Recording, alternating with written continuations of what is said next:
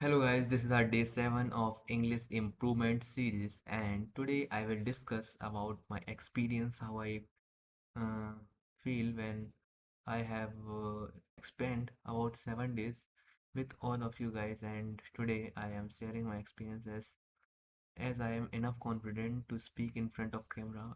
Before I am just shy to start, but when I start I didn't think about anyone, and I just start speaking, and I just start recording myself so that I can improve myself regularly without any fear or any type of hesitation.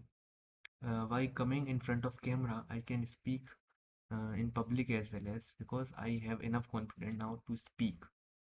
So this is what I want to say with you all guys. Keep improving yourself. I will suggest you to speak first.